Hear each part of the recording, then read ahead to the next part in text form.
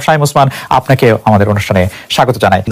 বাংলাদেশের রাজনীতিতে শেখ হাসিনা গত 15 বছর যে দুঃশাসন, যে অপকর্ম চালিয়েছেন, তাকে শক্তিশালী করতে, তার পাশে থাকতে আপনার একটা সক্রিয় অবস্থান ছিল। আপনার কাছ থেকে একটু আমরা এটা শুনতে চাই। ভারতে পলাতক আছেন মাননীয় প্রধানমন্ত্রী শেখ হাসিনা, এবং আমি বিষয়টাকে আগের থেকে আজ করছিলাম যে এরকম কিছু একটা ঘটনা ঘটতে পারে। আমি এই কথাটি এটা প্রমাণ করতে চাই না যে ওনারা করেছেন দেখে আমাকে করতে হবে, এটা আমি বলতে চাই না। আমাকে দলের থেকে জানানো হয়, সরকার প্রধান থেকে প্রধানমন্ত্রী জানান যে আমার উপরে হামলা হবে। ইট ইজ ট্রু যে আমাকে দেশ ছেড়ে যেতে হয়েছে, এবং আমি যে দেশ ছেড়ে গেছি সেটা জাতির পিতার কন্যা মাননীয় প্রধানমন্ত্রীর একবার না কয়েকবারের নির্দেশের পরিপ্রেক্ষিতে। আমি আমাদের সজীবদের জয় একটা ফেসবুকে, এই যে আমেরিকা গত 2 দিন আগে একটা স্ট্যাটাস দিয়েছেন, 3-4 দিন আগে, দত্তপক্ষ ইউনুস শান্তির জন্য নোবেল পুরস্কার দেওয়া হয়, যাদেরকে আমরা শ্রদ্ধা করি এবং সারা জীবন করবো।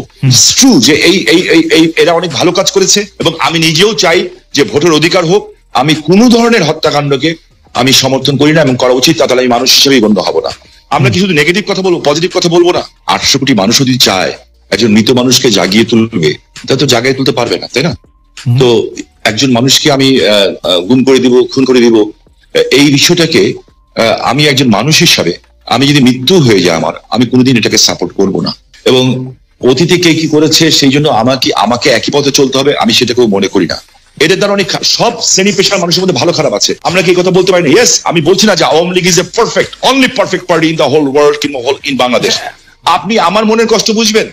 আমার 20 জন লোক মারা গেছে, আমার এই পা পঙ্গু হয়ে গেছে, আমি চেয়ারে বসে নামাজ পড়তে হয়, আমার বাঁ পাটা উড়ে গেছিল, ঠিক আছে? সেইখানে আমার সরকারের ক্ষমতার সময় না যে চার্জশিট দেওয়া হয়েছে, সেই চার্জশিটে আমি যে সাক্ষ্য দিয়েছি, সিআইডির যে অ্যাডিশনাল এসপি, সে আমার সাক্ষী বদলি দিয়েছে। আপনি নিজেও লয়ার ছাত্র, আমিও লয়ার ছাত্র, this is not my witness. আমি চাই না যে একটা ছাত্র সারা বছর লেখাপড়া করলো, সেও পরীক্ষায় পাশ করলো, আরেকজন পড়ালেখা করলো না, সেও পাশ করলো, এটা আমি চাই না। আমি দেখেন, আমি মার্কিন যুক্তরাষ্ট্রের মতো একটা রাষ্ট্রকে আন্ডারমাইন করার কোনো কারণ থাকতে পারে না, কারণ পৃথিবীর মধ্যে এটা অবভিয়াসলি একটা শক্তিধর দেশ না, একটা গণতান্ত্রিক রাষ্ট্র বলা যায়।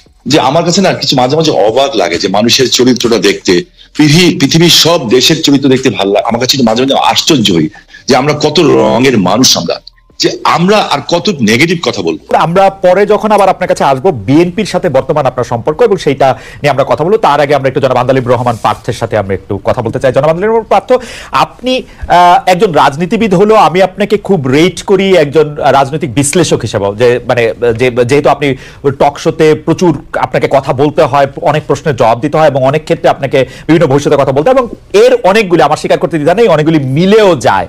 আমি এই জন্য আপনাকে একটু ফরওয়ার্ড লুকিং প্রশ্ন করতে চাই যে গত কয়েক বছর ধরে জনাব তারেক রহমানই আসলে বিএনপির হাল ধরে আছেন। বেগম খালেদা জিয়া চিকিৎসার জন্য লন্ডন গেলেন, শেখ হাসিনা জনরোষে বাংলাদেশ থেকে বিতাড়িত। রাজনীতির এই পরিবর্তনটা আপনি আসলে কিভাবে দেখছেন? নতুন নেতৃত্বে নতুন রাজনীতির সূচনা কি হতে চলেছে?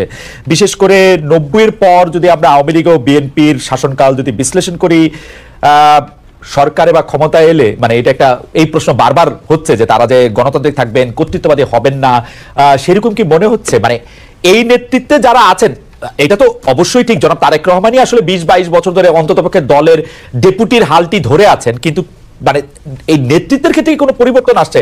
ব্যক্তি মানুষ না, আদর্শের, দৃষ্টিভঙ্গির আপনি কি আর দেখছেন? একটু আপনাকে ধন্যবাদ খালেদ, আপনি তো অনেক ওয়াইড একটা প্রশ্ন করেছেন আমাকে। আমি একটু ব্যাকগ্রাউন্ডে যাব। দেখুন, আপনি সমষ্টিগতভাবে যদি বাংলাদেশের রাজনীতির অবস্থা দেখেন, গত 17 বছরে যে একটা ভীতির সংস্কার, ভীতির একটা সংস্কৃতি আমাদের রাজনীতিতে ছিল, যার কারণে 17 বছর কিংবা 20 বছরে ভালো মানুষগুলি রাজনীতি থেকে দূরে সরে যায়। এই কারণে অফকোর্স একটা ভ্যাকুয়াম সৃষ্টি হয় রাজনীতিতে, কারণ 17 বছর আপনি জানেন যে কোনো রাজনীতি করতে গেলেই একটা গুম খুনের একটা ধারণা ছিল, বা মানুষ রাজনীতিবিদদের উপরে কেন জানি এমন, মানে কেন জানি বলবো না, মানুষের যথেষ্ট রিজন ছিল রাজনীতিবিদদের থেকে দূরে সরে যাওয়া। এবং বলে না যে জোকাররা যখন পার্লামেন্টে যায় তখন জোকাররা মেম্বার অফ পার্লামেন্ট হয় না, পার্লামেন্টটা সার্কাস হয়ে যায়। গত 3টা বছর, তিনটা টার্ম অনেকটা এরকমই একটা অবস্থান ছিল।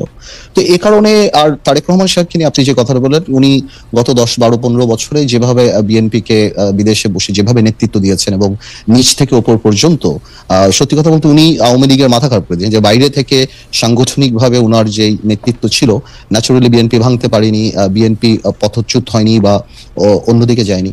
তো সেই ক্ষেত্রে দলের মধ্যে এবং আমি মনে করি সারা বাংলাদেশে ওনার একটা আলাদা গ্রহণযোগ্যতা আসছে। এখন এখন বিএনপি সামনের দিকে যদি ক্ষমতায় আসে তাহলে বিএনপি কি করবে সেটা নির্ভর করে সত্যি কথা বলতে বিএনপির সমষ্টিগতভাবে বিএনপির মানসিকতার উপরে। বিকজ আপনার ডেমোক্রেসি তো অ্যাকচুয়ালি ইজ আ মাইন্ডসেট। আপনি আপনার বিরুদ্ধের কথাকে সুযোগ দিলে ডেমোক্রেসি থাকবে, আর সুযোগ যদি আপনি না দেন তাহলে ডেমোক্রেসি থাকবে না। তো এটা সম্পূর্ণরূপে একটা মাইন্ডসেটের ব্যাপার। এখন বিএনপি যদি ওনার কর্মকাণ্ডে বা বিএনপির কর্মকাণ্ডে যদি সেই রিসিপিয়েন্ট বা ওই রিসিভিং এন্ডে থাকতে পারে বা ওই মানসিকতা থাকতে পারে, এবং এই 17 বছর এত কিছু দেখার পরে যে আপনার রাষ্ট্র পরিচালনায় ব্যর্থতা বা পতন, বা যেটা পতন বলবো না, আওয়ামী লীগের তো, যেটা আমি আপনাকে আনঅফিসিয়ালি বলেছি যে আওয়ামী লীগ এমন একটা রাজনৈতিক দল যার বাংলাদেশে শুধু রাজনৈতিক পতন হয় না, এই সামাজিক পতনও হয়েছে। যে এই ধরনের সামাজিক পতন আগে হয়নি, বিকজ আওয়ামী লীগের অবস্থানটা, আওয়ামী লীগের অ্যাট্রসিটিটা, আওয়ামী লীগের দুর্নীতি বা সবকিছু একটা হাউস ওয়াইফের কাছে, একটা সাধারণ শিশুর কাছেও চলে গিয়েছিল, এবং এই লাস্টে যে এই গণহত্যাগুলি। তো আমি সেটাই বলবো যে এখন তো আর নির্দিষ্ট শত্রু লাগবে না আমাদের পতনের জন্য। আমরা যদি আওয়ামী লীগ থেকে শিক্ষা না নেই, আমরা যদি ডেমোক্রেসি প্র্যাকটিস না করি, তাহলে অদৃশ্য শত্রু আমাদেরকে সেটা করে দিতে পারে। তো আমার মনে হয় ভবিষ্যৎ আমি বলতে পারবো না, এটা ঈশ্বরের উপর নির্ভর করে। আজকে পর্যন্ত আমি আমার জায়গা থেকে বিএনপির সাথে যতখানি কথা বলেছি, যতখানি রাজনীতি করছি, আমি যথেষ্ট অ্যাকোমোডেটিভ। এবং আপনি যদি ইদানিংও দেখেন বিএনপির 31 দফা থেকে আরম্ভ করে অন্য সবকিছু, বিএনপি আমাদের সবার সাথেই কথা বলছে, সবার কাছ থেকে ড্রাফট নিচ্ছে, সবার কাছ থেকে উপদেশ নিচ্ছে, তারপর ওনারা এটা বাস্তবে আসছে। তো আমি যথেষ্ট অ্যাকোমোডেটিভ নেচার বিএনপির দেখতে পাচ্ছি। সো ইনশাল্লাহ আমি প্রোগ্রেসিভ থিঙ্কিং, আমি মনে করি আর খারাপ কি হবে, ইনশাল্লাহ ভালোই হবে। এখনকার গুম খুন নিয়ে আপনি আসলে কি বলবেন? যে সরকারের জায়গা থেকে বারবার অস্বীকার করা হচ্ছে, কিন্তু এটি একটি বাস্তবতা। এই বাস্তবতাকে শামীম ওসমান কিভাবে দেখে, আমাদের যদি খুব সংক্ষেপে একটু বলতেন। আমি আপনাকে একটা জিনিস স্পেসিফিক্যালি বলতে চাই খুব পরিষ্কার ভাবে।